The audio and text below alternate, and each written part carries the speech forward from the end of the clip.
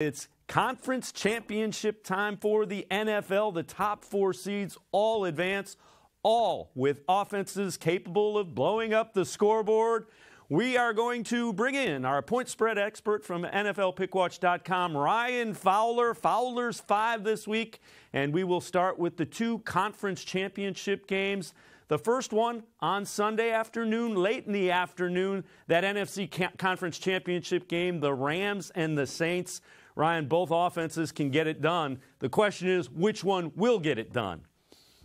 Yeah, and I think it's kind of funny when we talk about all these offenses, and one of the big storylines going into this game is a defensive player for the New Orleans Saints. Sheldon Rankins, one of their top defensive linemen, is going to be out. He got injured in that Eagles game last week. And you have to look at Rankins and what he brought to the table. Sacks, 8 of them on the season. Run stopper, look at what Todd Gurley and C.J. Anderson did last week to a Dallas Cowboys rush defense that I think we could say is better than the Saints rush defense, right? I mean, everything had been around that Cowboys defense. So you take Sheldon Rankins out. So that's a big hole for New Orleans to fill in 1 week. You're not going to be able to do it. You're going to regress to the mean on that side of the line. Now, let's look at the quarterback. Jared Goff versus Drew Brees. I'll take Drew Brees on his home field in the playoffs with the experience that he has. Now, the running back, this is where it gets a little tricky because I don't think Todd Gurley is 100%. C.J. Anderson and the workload he had last week, and forget about how he produced. The amount of touches C.J. Anderson got versus what Todd Gurley would have received had C.J. Anderson not played so well over the last month, I think that's a telling sign that, they feel confident in C.J. Anderson and Todd Gurley carrying the load. So I don't think it's going to be one. I think it's going to be that 1-2 burst that we saw against the Cowboys again this week against the Saints. And without Rankins, keep that in mind. And then we go wide receivers head-to-head. Now, the Rams have Cook. Brandon Cooks, one of the former New Orleans Saints. So you have the revenge factor, and he had a big game during the regular season against the Saints. You have Robert Woods, who's played consistent as they come. You have Josh Reynolds, and then you have a couple tight ends on the Rams side. Then you go to the New Orleans Saints, and I only laugh because Michael Thomas is the one-man band, right? He can do everything. He catches everything. You have Alvin Kamara, and then who's going to step up for the Saints? You have Ted Ginn, you have the former Ohio State Buckeye, but he's a step or two slower these days. I'm really nervous about that matchup because if the Rams, whose secondary is not very good, can at least slow down Michael Thomas and say, okay, everybody else beat us. Alvin Kamara, maybe, who knows? I think the Rams have the advantage in the passing game inside the dome, and they put up all those points in the second half in their first meeting. With the Rams getting 3.5, not just 3 where a field goal can be a push, I like the Rams here because I think this is going to be one of those scores that you mentioned. They're going to light it up. You're going to hit the over of 57, but I think the Rams keep it close. I like getting that half point. So if it comes down to a field goal win for the Saints, the Rams cover with 3.5. I'll take the Rams to cover on the road in the NFC game.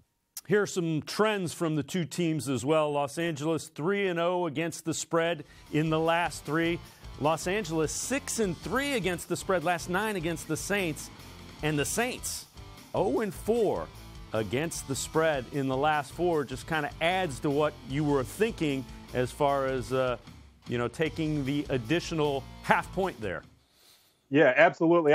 And the other thing is, too, remember, the Saints would have covered against the Eagles had Will Lutz, their kicker, made that 52-yard field goal towards the end of regulation. He missed it. Eagles cover, and then the trend continues for the Saints. And, we talked about it last week where the Saints, I talked about that control-alt-delete. They needed the week off. They still looked a step slow. They came out slow, breezed through the interception on the opening possession. They fall behind 14-0. It's not a perfect thing going on there right now in New Orleans. They could absolutely win, and they could win the Super Bowl. But I still think there's a couple things missing, and that's because of the limited passing options that Drew Brees has been accustomed to in years past. He doesn't have that this year. The night game, Patriots and Chiefs, another one, maybe one of the most entertaining games of the season during the regular season. That's the night game, 6:40. New England, 17-8 against the spread, last 25 road games. They won the Week 6 meeting I referenced, 43-40. That was at home in Gillette. And Kansas City just 2-5-1 against the spread in the last 8. What are you thinking in this one, Ryan? Yeah, and let's give the Chiefs a lot of credit. They took the week off, and anybody who follows the NFL as close as the NFL pundits do, they know when Andy Reid gets that extra week to prepare, their teams are pretty unstoppable. And they came out and kind of flipped the script on what we believed the Colts were going to do. What they were able to do was that defensive line got pressure on Andrew Luck. Andrew Luck He did not look healthy. He did not look crisp. But let's give a lot of credit to the Chiefs defensive line. They pressured, and they're going to have to do that again in this matchup. But I think the big storyline in this Patriots-Chiefs matchup is going to be the weather, right? Cold temperatures. I think they dodged some bullets there where the temperatures was going to be between 0 and 15. Now it's looking like the rain's there today, so you might have a little bit of a sloppy track come Sunday. It's raining all day today, but you have temperatures probably with the late kickoff, 15, 25 degrees, somewhere in that range. And here's the funny thing. Patrick Mahomes, as great as he's been, the coldest game that he's played in his career was just a month ago when they played the Ravens, and that was 28 degrees. Tom Brady and all those veterans on that Patriots team have played in much colder temperatures. They're accustomed to it. The win-loss record on Brady's side when they're playing in those cold temperatures, sample size, all that stuff matters. So don't take that with a grain of salt. Oh, everybody's used to playing in cold. Patrick Mahomes is not. And I think when you look at the athletic ability of Tyreek Hill, Travis Kelce, those muscles tighten up. I don't care how much of a super athlete you are. When it's cold, it's cold, right? And when you hit the ground a million times in cold weather, that's not fun. So when you're looking at the weather, the point spread's great. Patriots are getting 3, yada, yada, yada. But look at the under in this. We all expect a ton of points, but when it gets cold and you look at a lot of these postseason games, it's field position. It's a grinded out game, and you can see a lot of running. So you have a running clock. When the running clock's going, you have a shorter game and less opportunities for teams to score touchdowns. I like the under in this matchup. But again, when it comes down to head-to-head against the spread, you know, Patrick Mahomes has done a lot of great things this season. Tom Brady and what the Patriots did against the Chargers last week, again, recency bias, it proved a lot to me that they are going to adjust on the fly and make the adjustments that they need. So when you saw James White catch 6 passes in like the first 2 minutes of that game, don't be surprised to see the same game plan again this week. Rob Gronkowski, we know Gronk as somebody that can put up huge numbers. He's a pass blocker now. He goes out maybe 3-4 times in a game and catches maybe 25, 40 yards, but he's not a game changer.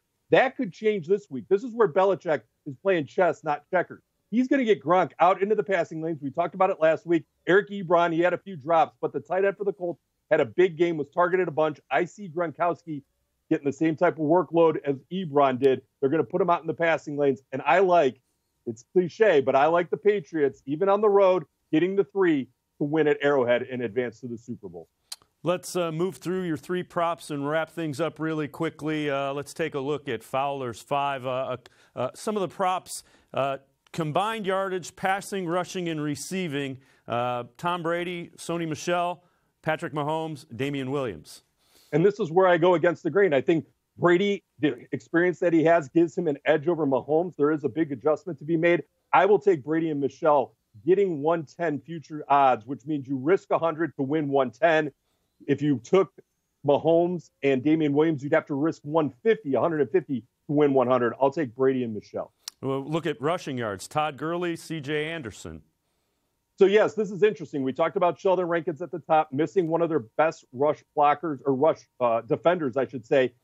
Todd Gurley is at plus 275. So if you risk 100, you win 275. But if you think there's going to be that time split, C.J. Anderson, who had one of the best games last weekend, is plus 975. So if you risk 100, you win 975. So if you hedged the 2 and went 50-50, you're looking at a pretty good profit. I think if you took both of those at a 50-50 split, you're going to be in pretty good shape moving forward. I like both of those as my top picks as top rushing running back this weekend. And then Jared Goff, over under 288.5 yards. Yeah, if you're looking at somebody in the passing game to make a prop bet, look at Jared Goff, and you look at his recent game long. Even though he's going against the Saints, he's not going to put up huge numbers. I don't think this is a 300-yard passing Jared Goff that we saw in the first half of the season. 288 is the over-under, 288.5, pardon me. I'm taking the under on this. I think this is going to be a run game for the Los Angeles Rams just because of what worked last week against the Cowboys. They're going to go back to that with Rankins out. It's going to be a lot of running. I think Jared Goff hits that under.